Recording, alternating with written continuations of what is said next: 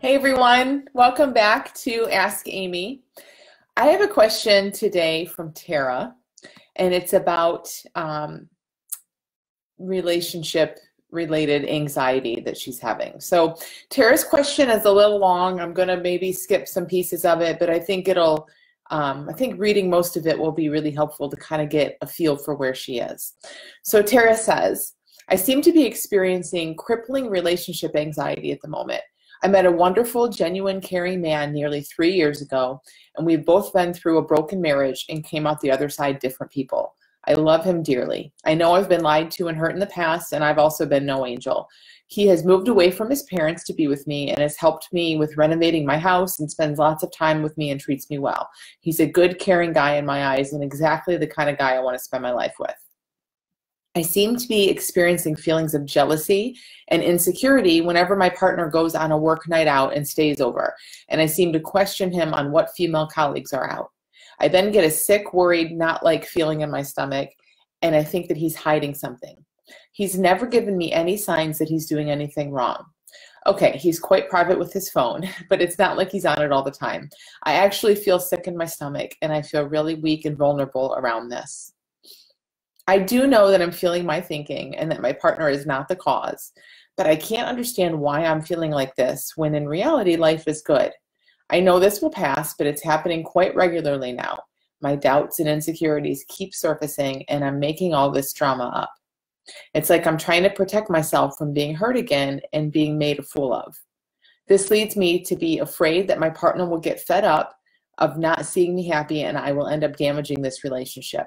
My partner thinks I must not trust him, but the thing is, I actually do trust him 100%, but I can't understand why I need to check up on him then. I don't want to continue like this and I'm afraid I will ruin things between us. So I don't know about you guys listening, but for me, I mean, hearing this from Tara, it kind of just makes so much sense in so many ways. But the piece of this that really jumps out at you, if you're anything like me, is at the end when she's like, I actually trust him 100%. So in this last part, she's saying, you know, I know I'm feeling my own thinking. I know he's not the cause. And I just can't understand why I'm feeling like this when life is good. So Tara, you say it. It's like I'm trying to protect myself from being hurt again and being made a fool of. It's so fascinating when we have these kind of two sides. Now, fascinating for me and everybody listening maybe, because it's not necessarily fascinating when you're in it. That's not the word you would describe, maybe use to describe it. But, you know, it is fascinating to see your mind is sitting there saying, what's going on? What's going on? Check up. What's happening? You know, your mind is just doing whatever your mind's doing. Yet I hear you in so many different ways coming in here. The voice of reason saying, I've been hurt before. I know my mind's just trying to protect me. I actually trust him 100%. I actually trust this guy 100%. I know that he's not the cause. I know this is my thinking. I mean, this is how it is sometimes. I think we get this idea that if we know it's our thinking and if it isn't logical or rational or doesn't make sense in that way, it's supposed to go away or feel different. Like, oh, if, you know, I trust him 100%, so I shouldn't be feeling this way. But that's not how our experience works. We can trust someone 100%. We can deeply know that and how we feel, you know, deeply know that all is well. And our mind is not, our mind doesn't get the memo. I mean, your mind has a life of its own and its whole job is keeping you safe. And you say it so clearly, that's just your common sense, your intuition that has it look like that. It's like I'm trying to protect myself from being hurt and being made a fool of again.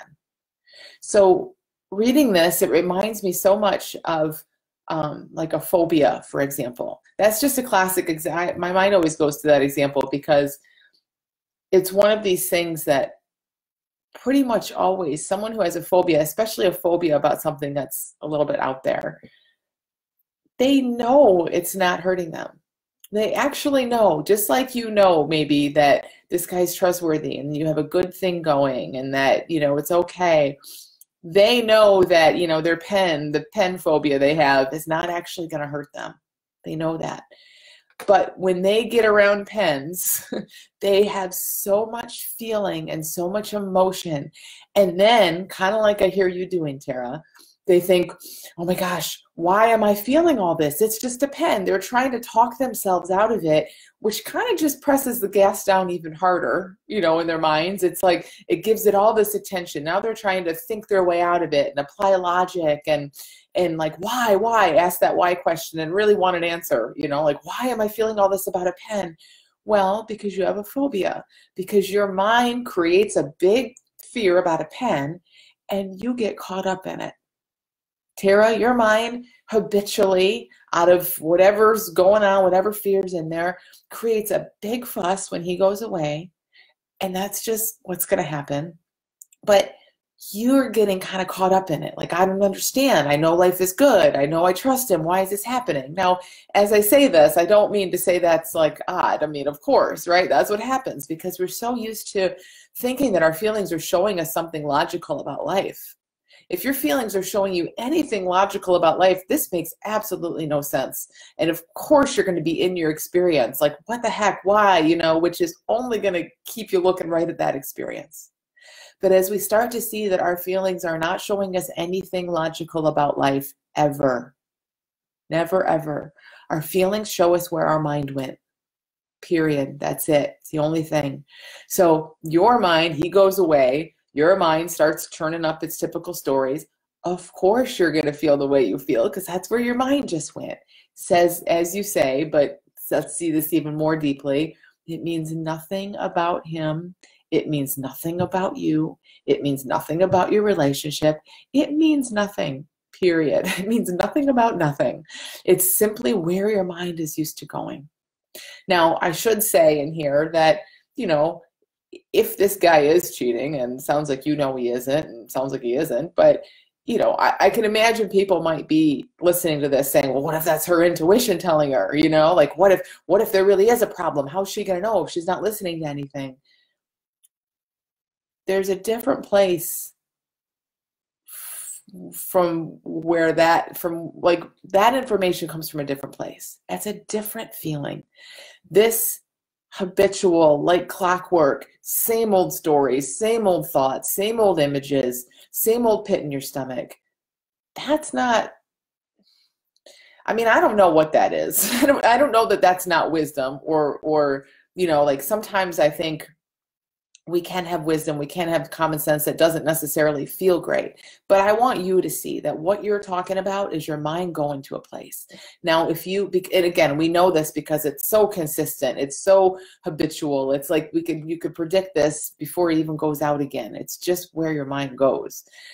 Beneath that though, like you can see that as your mind going to a place. Beneath that, if there's something for you to see, you're gonna notice that. Now that can feel very vague and weird, and when your mind is so confused and throwing a big fit, you're like, how the heck am I going to hear any kind of common sense? How am I going to know? It's not really a how am I going to know question that any kind of answer, any kind of description I can give you will satisfy, most likely. But it's just one of those things that it's like, well, if there's something to see, you'll see it. You'll know when you know. Honestly, like if you get quiet and with yourself and really look at this, it sounds like you, from everything you're sharing in this question anyway, it sounds like you kind of know, or your best guess at this point, your best common sense at this point is saying, oh, there's nothing. It's my mind doing this. Or else you wouldn't have started the question with, I'm having this crippling relationship anxiety, which again is your thinking. But, you know, again, if there's some wisdom trying to show us anything, and this is always in life, always, it'll get through.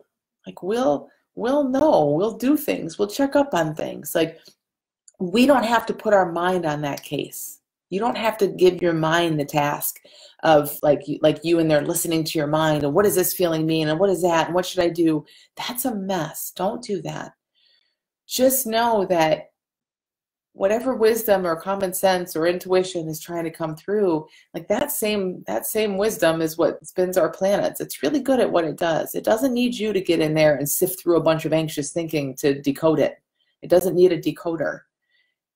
You could just hang out in life, see your thinking as this separate little thing that just kind of like your own little phobia and please don't take that to mean like you have a problem, but your own little mental thing that happens, right? When he goes away, just old programming, who cares? That's boring. That whole thing happens. And then from the deeper, quieter, calmer, wiser place in you, if there's something to know, you'll know it. If you don't know it, you're just in a bunch of confused, scared thinking. So I hope you can feel that difference. And I most of all hope that you and everyone listening can get a sense for the fact that we do not have to make logical sense of our thoughts and feelings as if they pertain to something out in the world. They don't. And that doesn't make sense. And a lot of times, and often it gets us deeper into like, I can't believe this is happening. Why is this happening? You know, there is no why in that bigger sense. You're feeling what you're feeling because that's what's moving through you. That's where your mind just went. And when we just let it be that simple, there's a lot of calm and stillness that happens. And then you can hear something wiser if there's something wiser that you need to hear. So hope this is helpful. Thank you so much for sending the question, Tara.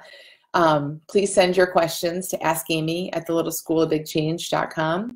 And I will see you back here next Monday.